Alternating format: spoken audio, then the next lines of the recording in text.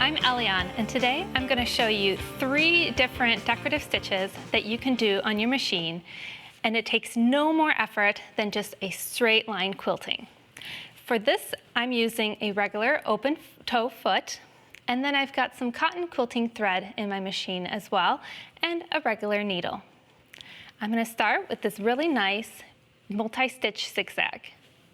I have my stitch width set to a 7, which is the widest it goes on my machine, and my stitch length is a 3, which is the stitch length I normally use when I'm quilting. I'm going to set my foot right next to my line, and I'm going to start stitching.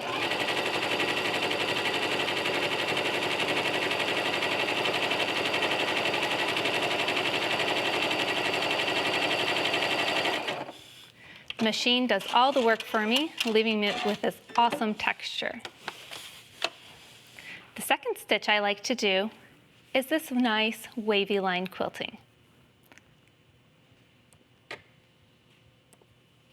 On my machine, I'm going to set it to the widest that it goes, and on this one, it's a 9. And again, my stitch length is going to be a 3. Following the line that I've made with the edge of my foot, I'm going to start quilting.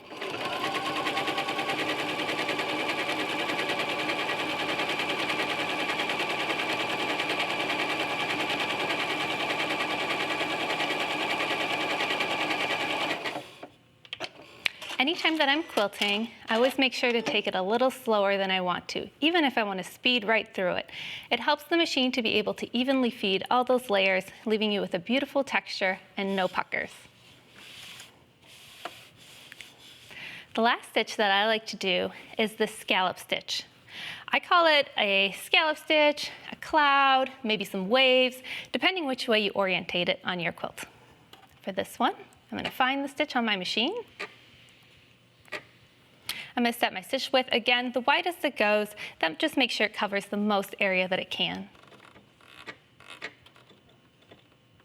And my stitch length is going to be a 2.5 this time. It's the widest that it goes for the stitch. This one takes a little bit more time, so just make sure to take your time, take it slow, so that we really get that beautiful texture.